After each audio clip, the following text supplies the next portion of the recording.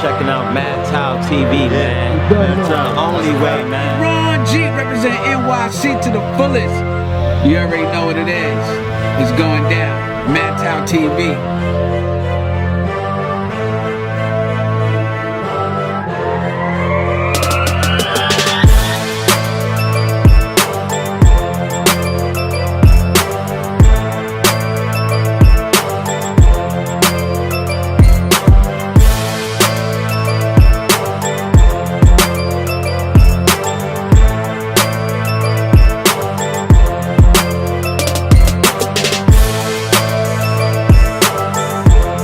So, is it safe to say that Miss Tasha Nicole ever had a heart broken?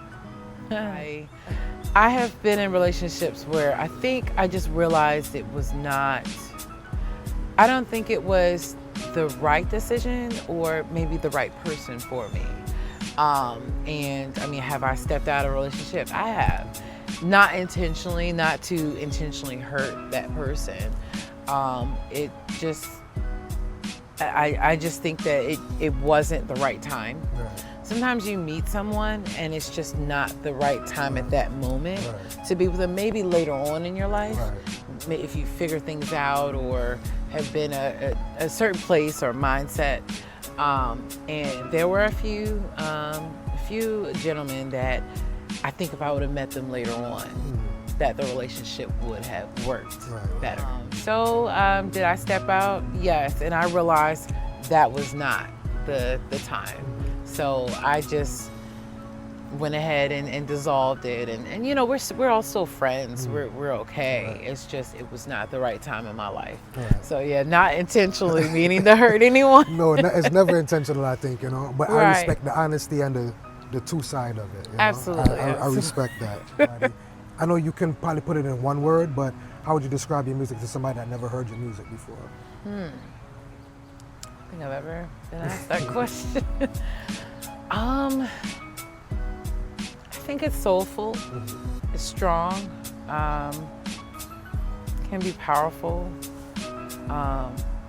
dramatic. It's very, very dramatic. I'm a dramatic, emotional singer. So anytime that I write a song, it has to have some powerful message or emotion in it. I don't think any of my songs are like super, super soft. They're very strong and powerful because that's how I feel inside, is strong and powerful. So probably most recent would be very dramatic. Very dramatic and emotional.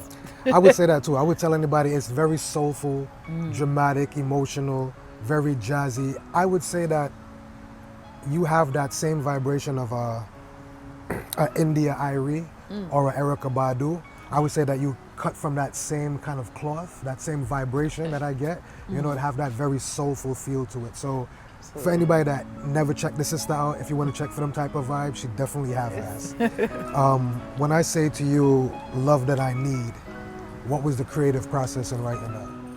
Love That I Need is very touchy. And the reason why I say that is because the song was motivated because of my depression. So I don't talk about it a lot.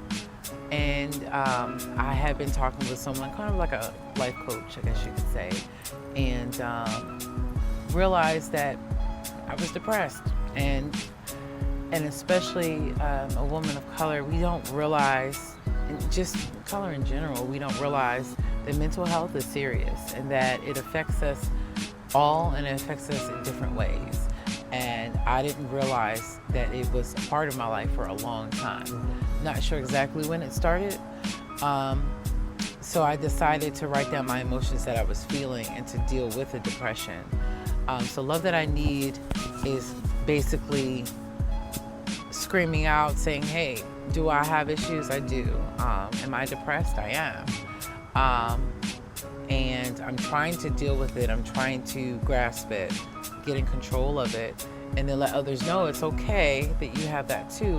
We'll help each other out.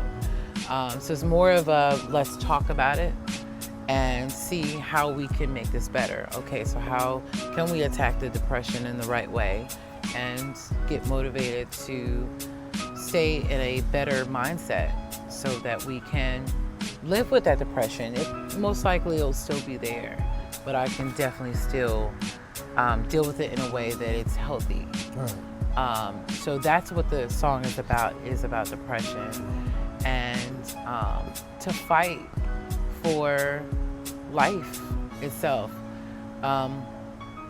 Some do not deal well with depression. Right. You know, our suicide rates are high, especially at a time like this.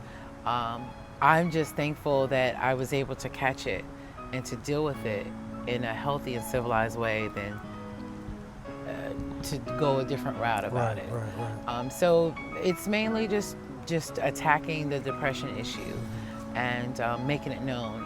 Also in my video, I even flashed a hotline if you need help to talk about depression in your life. You can talk to coaches, get involved with groups that will help you to see that there's more to life than, you know, staying in that depressed state. So it's a lot, and that song is very deep. When you hear it, it's more of like, it seems a little sad and, you know, it makes you cry, but in the end, there's happiness. I feel like there's light at the end of the tunnel with that song. So it's a lot of emotions, and it's a lot to deal with that song, because it hits home, and it hits home for a lot of people because they don't realize that they're in depression or that they're in that type of mind state. So in a way, it's a very dangerous area. That's a very touchy subject. It is. Yeah.